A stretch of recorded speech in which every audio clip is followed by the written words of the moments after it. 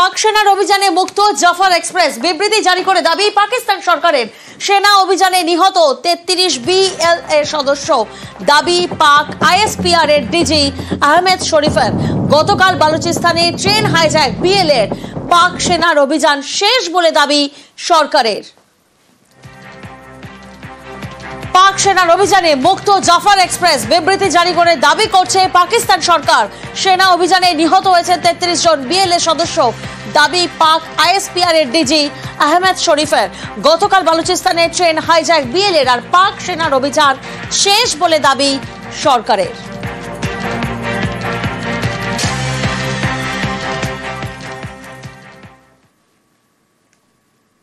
বিধানসভার গেটের সামনে দাঁড়িয়ে তৃণমূলের সংখ্যালঘু বিধায়কদের চ্যাংদোলা হুমকি। মঙ্গলবার বিরোধী দলনেতা শুভেন্দু অধিকারীর এই হুমকি ঘিরে হাওয়া গরম। কড়া সমালোচনা করেছেন মুখ্যমন্ত্রী। শুভেন্দুর বিরুদ্ধে চাকুলিয়া থানায় অভিযোগও দায়ের হয়েছে। অভিযোগ জানিয়েছেন সেখানকার প্রাক্তন কংগ্রেস বিধায়ক আলী ইমরান রামাজ।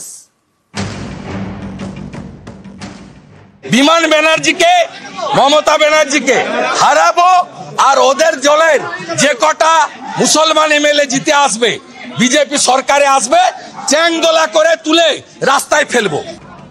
মঙ্গলবার বিধানসভার গেটের বাইরে দাঁড়িয়ে হুমকি, টার্গেট তৃণমূলের সংখ্যালঘু বিধায়করা। বিমান ব্যানার্জিকে মমতা ব্যানার্জিকে হারাবো আর ওদের দলের যে কটা মুসলমান এমএলএ জিতে আসবে বিজেপি সরকারে আসবে চ্যাংদোলা করে তুলে রাস্তায় ফেলবো। বিরোধী দলনেতার এই মন্তব্য ঘিরে বুধবার উত্তপ্ত হয়ে ওঠে বিধানসভা। নিন্দা প্রস্তাব আনে তৃণমূল। এ নিয়ে তুমুল হট্টগোল। বিধানসভায় কড়া বিবৃতি দেন মুখ্যমন্ত্রী মমতা বন্দ্যোপাধ্যায়। বিজেপির উদ্দেশ্যে বলেন, আপনাদের বিরোধী দলনেতা মুসলিম বিধায়কদের ছুঁড়ে ফেলে দেওয়ার কথা বলছেন। আপনারা বাইরে থেকে যে হিন্দু ধর্ম আমদানি করেছেন তা কোনো বেদে নেই। মনে রাখুন, আগামী দিন ভয়ঙ্কর। আমি বাইরে মুখ্যমন্ত্রী হিসাবে বললে আমাকে কাউন্টার করেন। আপনাদের নেতা বাইরে বললে কেন কাউন্টার করব না? কোনো এলওপি আজ অব্দি বলেনি, কোনো ভারতের কোনো অ্যাসেম্বলিতে বলেনি এরকম কথা। ডেমোক্রেসিতে এটা হয় না, এটা অ্যালাউ করা যায় না। মমতা বন্দ্যোপাধ্যায়কে ধন্যবাদ জানাই, এক্সপ্লেন করেছেন ভালো করে। আর একটা নিন্দা প্রস্তাব আমরা নিয়ে আসছি আজকে অ্যাসেম্বলি। একটা কমিউনিটি সবকটা বিধায়ককে বাইরে খিচড়িয়ে ধরে ফেলে দিবে, এটা হতে পারে না ডেমোক্রেসি। শুভেন্দুবাবু যে বক্তব্য দিয়েছে তীব্র নিন্দা ধিক্কার জানাচ্ছি। সংবিধান বহির্ভূত অগণতান্ত্রিক শুভেন্দু অধিকারী রাষ্ট্রবাদীর সার্টিফিকেট দেবে? হিন্দু মুসলমান জৈন খ্রিস্টান যে ধর্মেরই আছে কেন প্রত্যেকটা নাগরিক রাষ্ট্রবাদী। শুভেন্দুবাবুর অনেক কার্যকলাপ আমরা দেখছি এই মুহূর্তে ভয়ঙ্কর ভাবে বিদ্বেষ ছড়িয়ে দিচ্ছে তার ভাষা থেকে। আসল শুভেন্দুবাবুর মুসলিম সাবজেক্ট ছাড়া আর কোনো সাবজেক্ট নেই যেটাকে নিয়ে রাজনীতি করা। এদিন বিধানসভায় মুখ্যমন্ত্রীর সুর ছিল সপ্তমে। নাম না করে শুভেন্দু অধিকারীকে নিশানা করেন মমতা বন্দ্যোপাধ্যায়। বলেন, যিনি এই সব কথা বলেছেন তাকে পস্তাতে হবে। তিনি 3 বার দল বদল করেছেন। তিনি লুকিয়ে কালো কাপড় মাথায় দিয়ে বিজেপির সঙ্গে দেখা করেছেন। আর কিছুদিন বাদে দেখবেন রিকোয়েস্ট আসবে অন্য দলে যাওয়ার। যখন তৃণমূলে ছিলেন তখন রোজা করতেন, এখন আবার করেন না। আসলে আপনার জামা বদল হয়েছে, ভিতরটা একই আছে। এই জামা আবার যেন লাল জামায় পরিণত না হয়। এরা প্রেসে, ছবিতে, নেটে টিকে থাকুক। এজেন্সি দিয়ে কি করায় তা জানি। এখন শুনছি দলের সভাপতি পদ পাওয়ার জন্য লড়াই করছেন। ভগবান, সভাপতি পদ পেতে লড়াই করতে হয়? চরিত্র শেষ হলে, আদর্শ শেষ হলে সব শেষ হয়ে যায়। নরেন্দ্র মোদীর স্লোগান সবকা সাথ সবকা বিকাশ। বিজেপি বারবার দাবি করে তারা কখনোই সংখ্যালঘু বিরোধী নয়, কিন্তু শুভেন্দুর মুখে সেই সংখ্যালঘু বিধায়কদেরই হুমকি। বিমান ব্যানার্জিকে মমতা ব্যানার্জিকে হারাবো আর ওদের দলের যে কটা মুসলমান এমএলএ জিতে আসবে বিজেপি সরকারে আসবে চ্যাংদোলা করে তুলে রাস্তায় ফেলবো। বিজেপির রাজ্য সভাপতি জানিয়েছেন, কোন প্রেক্ষিতে শুভেন্দুর এমন মন্তব্য তা তিনি জানতে চাইবেন। শুভেন্দুবাবু কোন পরিপ্রেক্ষিতে এই কথা বলেছেন সেই বিষয়ে আমার জানা নেই। আমি ওনার স্টেটমেন্টটা এখনো শুনিনি বা ওনার সাথে আমার কথাও হয়নি। আমি ওনার সাথে কথা হলে পরে অবশ্যই ওনার কাছে জানতে চাইবো। নিশ্চয়ই ওনাকে কেউ উত্তক্ত করেছিল বা এই ধরনের কোনো বাজে কথা বলেছিল। আমি রেফারেন্স দিয়েছি শঙ্কর ঘোষ এবং মনোজ ওরাও মার্শাল দিয়ে ধাক্কা মারার প্রতিবাদ করেছে। 26-এর পরে যে নতুন বিধানসভা আসবে সেখানে হিন্দু তৃণমূলের কোনো এমএলএ আসবে না। তৃণমূলের যে কটা এমএলএ আসবে মুসলিম এমএলএ। শঙ্কর ঘোষ মনোজ ওরাওর সঙ্গে এই স্পিকার মার্শাল দিয়ে যা করেছে, কেবলমাত্র তৃণমূলের মুসলিম এমএলএ 26-এর পরে আসবে। প্রত্যেক ক্রিয়ারই সমান এবং বিপরীত ধর্মী প্রতিক্রিয়া। এতে অবশ্য বিতর্ক থামেনি। শুভেন্দু অধিকারীর বিরুদ্ধে উত্তর দিনাজপুরের চাকুলিয়া থানায় অভিযোগ জানিয়েছেন সেখানকার প্রাক্তন কংগ্রেস বিধায়ক আলী ইমরান রামোজ। নিউজ 18 বাংলা।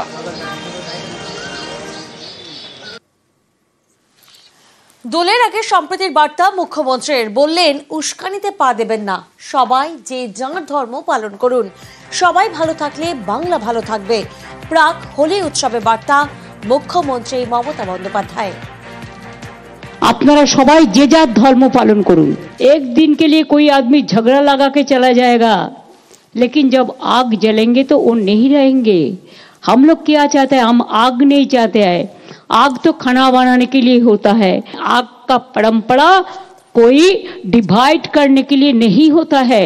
हमारा मर्जी हम पूजा करते हैं, आपका मर्जी आप भी पालन करते हैं। आपको जो भी चाहिए, इसी के लिए सब अच्छा रहे तो बांग्ला अच्छा रहेगा। अगर बांग्ला अच्छा रहेगा तो देश अच्छा रहेगा। আইএএস পরিচয় দিয়ে প্রতারণার অভিযোগ, পুলিশের জালে অধীর চৌধুরীর প্রাক্তন আত্মসহায়ক, বাজেয়াপ্ত অভিযুক্তের গাড়িও।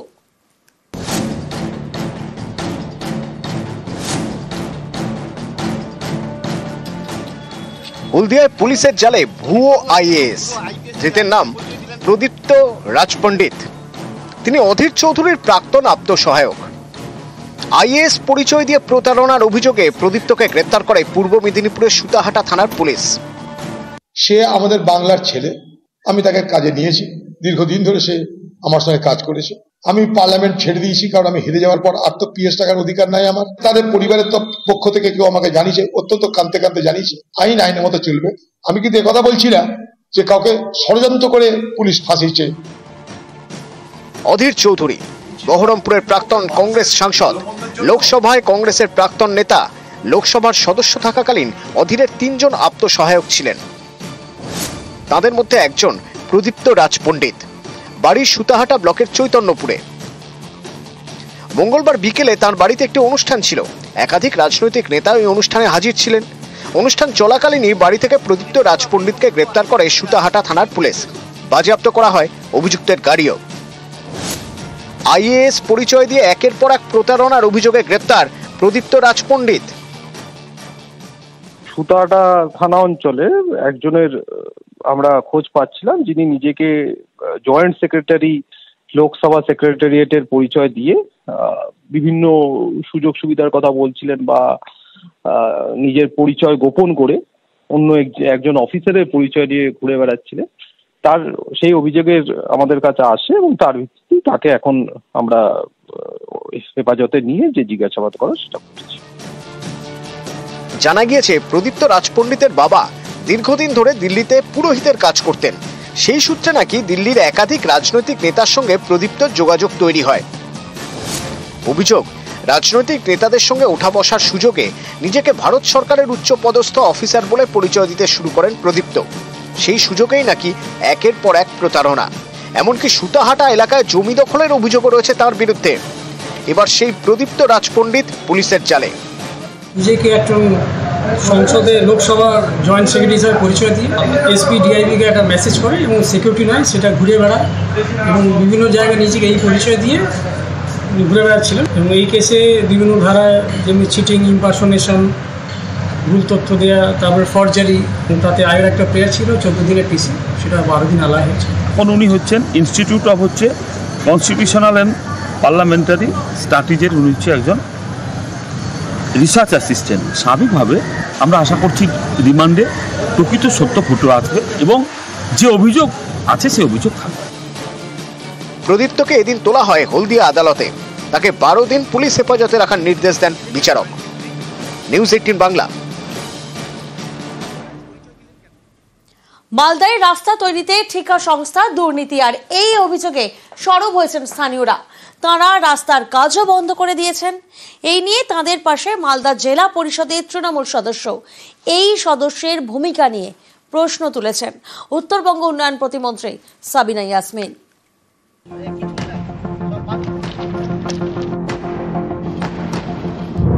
মালদার মানিকচকে তৈরি হচ্ছে রাস্তা। ভূতনি ব্রিজ থেকে রাজেন মোড় প্রায় 2 কিলোমিটার নতুন রাস্তা। টাকা বরাদ্দ করেছে উত্তরবঙ্গ উন্নয়ন দপ্তর, কাজ করছে ঠিকাদার সংস্থা। এই রাস্তা নিয়ে জল খোলা। স্থানীয়দের অভিযোগ, ঠিকাদার সংস্থা দুর্নীতি করছে, ঠিকমতো রাস্তা তৈরি করছে না, খারাপ মানের সামগ্রী ব্যবহার করছে। এইসব অভিযোগে বুধবার বিক্ষোভ দেখান স্থানীয়রা। রাস্তা তৈরির কাজ বন্ধ করে দেন। ধুলো দিয়ে কাজ হচ্ছে, কোনো মানে ভালো পাথর ঠাথর দিচ্ছে না। 4 ইঞ্চির গল্প আছে, সেখানে 2 ইঞ্চি 2.5 ইঞ্চি আসছে। কোনো ভালো কাজ হচ্ছে না। কোনো কি শিডিউল টাঙিয়েছে? না, কোনো শিডিউল না। শিডিউল চেয়েছি, হুমকি মারছে, আমরা প্রশাসন দিয়ে কাজ উঠিয়ে নেবো। 2 নম্বরে কাজ হচ্ছে। আজকে ওই তো মানে আমাদের গ্রামবাসীর ছেলেগুলো এসে মানে অবরোধ করেছে যে শিডিউল না দেখালে কাজ আমাদের হবে না। দাবি যে মানে যেন ভালো কাজটা যেন হয়। শিডিউল কি টাঙানো বলতে বোর্ডের কাজটা টাঙানো হয়েছে, 4 ইঞ্চি মেটাল করছে, তারপরে ঢালাই হবে, তার নিচে 3 ইঞ্চির উপরে টিএসবি করা আছে। আজকে কি করলো? বন্ধ করে দিল? বন্ধ করে দিল। কাজ কি বন্ধ রাখবেন? বন্ধ রাখতে হবে, গ্রামবাসীর উপরে যেতে পারবো না। ঘটনাস্থলে গিয়ে স্থানীয় বিক্ষোভকারীদের পাশে দাঁড়ান জেলা পরিষদের তৃণমূল সদস্য জয়শ্রী মণ্ডল। কাজ বন্ধ করা, কাজ চালাতে হবে না, আপনারা দিয়ে রেস্ট করুন। কাজটা ভালোভাবে যখন হবে তখন শুরু করা হবে। কে আছে কন্ট্রাক্টর? ম্যাডাম যেটা বলছে কাজটা ভালো হচ্ছে না, কাজটা যখন ভালো হবে শিডিউল দেখাবে তখনই কিন্তু কাজটা আরম্ভ হবে। গত কয়েকদিন ধরে আমার কাছে ফোন যাচ্ছে রাস্তা ভালো হচ্ছে না, তাই আমি আসলাম এলাকাবাসীর সাথে। এসে আমি একটু দেখলাম জিএসবি যেমন কিছু ভালো হচ্ছে না। এখন কাজ আপাতত বন্ধ আছে। আমরা দাবি রেখেছি কাজটা আমাদের ভালো যেন হয়। জেলা পরিষদের সদস্যের ভূমিকা নিয়ে প্রশ্ন তুলেছেন উত্তরবঙ্গ উন্নয়ন প্রতিমন্ত্রী সাবিনা ইয়াসমিন। নিশানা করেছেন বিজেপিকেও। কাজের কোয়ালিটির সঙ্গে কোনো প্রকার আমরা কম্প্রোমাইজ করব না। যদি কোথাও কোনো অভিযোগ উঠে আসে আমাদেরকে জানাবে, বিডিও আছে, ডিএম আছে, বা আমাদের দপ্তরকে জানাবে। তদন্তে যদি কোনো অভিযোগ উঠে আসে দেয়ার তখনই আমরা অ্যাকশনে যাব। লোকাল কিছু দাদাগিরির জন্য আমাদের কাজ অনেক সময় আটকে দেওয়া যায়। তারপরে যদি অযথা কোনো কারণে যদি বাধা দেয় তাহলে লোকাল লোককেই সহযোগিতা করতে হবে। উনি না জেনে না শুনে ওখানে গিয়ে বলেছেন। আমি যতটুকু শুনলাম ওখানে বিজেপির লোকরা অবরোধ করেছিল। মন্ত্রী মহাশয়া, আপনি নিজে গিয়ে দেখুন যে কাজটা কেন বন্ধ হয়েছে, নিম্নমানের কাজ কেন হচ্ছে। আপনার জেলা পরিষদের সদস্য কাটমানি পায়নি বলে কি কাজটা বন্ধ করাচ্ছেন? নিউজ 18 বাংলা।